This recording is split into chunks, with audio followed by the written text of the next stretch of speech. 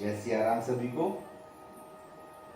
क्या आपको ज्ञान है राजा विश्वामित्र ने महर्षि वशिष्ठ को हराने के लिए किस भगवान की तपस्या की थी और उस भगवान से वरदान में क्या मांगा था?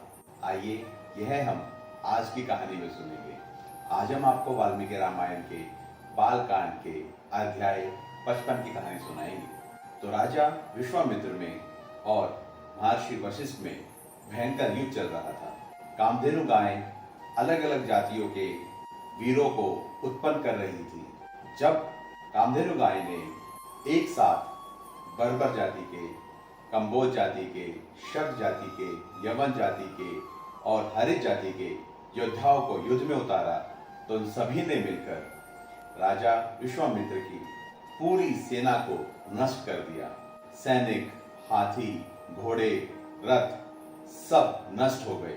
जब राजा विश्वकर्मा के 100 पुत्रों ने देखा कि उनकी सेना बिल्कुल नष्ट हो गई है, तो वे एक साथ मिलकर महर्षि वशिष्ठ पर टूट पड़े और महर्षि वशिष्ठ ने सिर्फ एक हुंकार भरकर उन्हें राख में तब्दील कर दिया। एक ही क्षण में राजा विश्वामित्र की पूरी सेना और उनके पुत्र समाप्त हो गए। जैसे कोई सांप बिना दांत के निर्बल हो जाता है, जैसे कोई पक्षी जिसके दोनों पर काट दिए हों असहाय हो जाता है, राजा विश्वामित्र ऐसा महसूस कर रहे थे। जो उनका एक पुत्र बचा था, वो उसे राजगद्दी पर बिठाकर धर्म अनुसार राज करने की शिक्षा देकर हिमालय पर्वत चले जाते हैं भगवान शिव की तपस्या करने के लिए। वो बहुत सालों तक भगवान शिव की तपस्या करते हैं और अंत में जब उनकी तपस्या से खुश होकर भगवान शिव उनके सामने आते हैं, तो भगवान शिव उनसे पूछते हैं कि हे राजन, बताओ तुम तपस्या किस फल के लिए कर रहे हो? तो राजा विश्वामित्र भगवान शिव से कहते हैं कि इस पूरी पृथ्वी पर, इस पूरे ब्रह्मांड में जितने भी अस्त्र शस्त्र हैं, आप मुझे वो वरदान में दे दीजिए। जब भगवान शिव ने यह सुना, तो वो राजा विश्वामित्र को तथास्तु बोलकर वहां से चले जाते हैं। सभी अस्त्र शस्त्रों का ज्ञान होने पर राजा विश्वामित्र में बहुत अहंकार, बहुत घमंड आ जाता है और इसी घमंड में वो महर्षि वशिष्ठ के आश्रम पर फिर से हमला कर देते हैं। उनको इतने सारे अस्त्रों शस्त्रों के साथ हमला करता हुआ देखकर महर्षि वशिष्ठ के आश्रम से सभी साधु संत, उनके सभी सेवक, उनके सभी शिष्य वहां से भागने लगते हैं।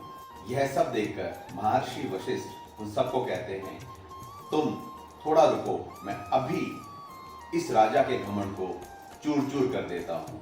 और वो राजा विश्वामित्र के सामने आकर खड़े हो जाते हैं और उनके हाथ में सिर्फ उनका जो उन्होंने यज्ञ से पुण्य कमाया हुआ दंड था, सिर्फ वो उनके हाथ में था।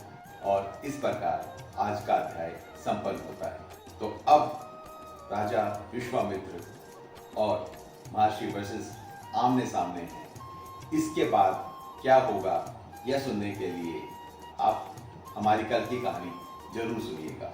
हम हर रोज आपके सामने वाल्मीकि रामायण की कहानियां लेकर आ रहे हैं और आप सबसे अनुरोध करते हैं कि आप हमारे पेज राम लखन यात्रा को फॉलो कीजिए, ज़्यादा से ज़्यादा लोगों के साथ शेयर कीजिए, हमारी कहानियों को लाइक कीजिए और आप सभी लोग सुनते रहिए प्रोग्राम की कहानी भक्त मनु की जबानी।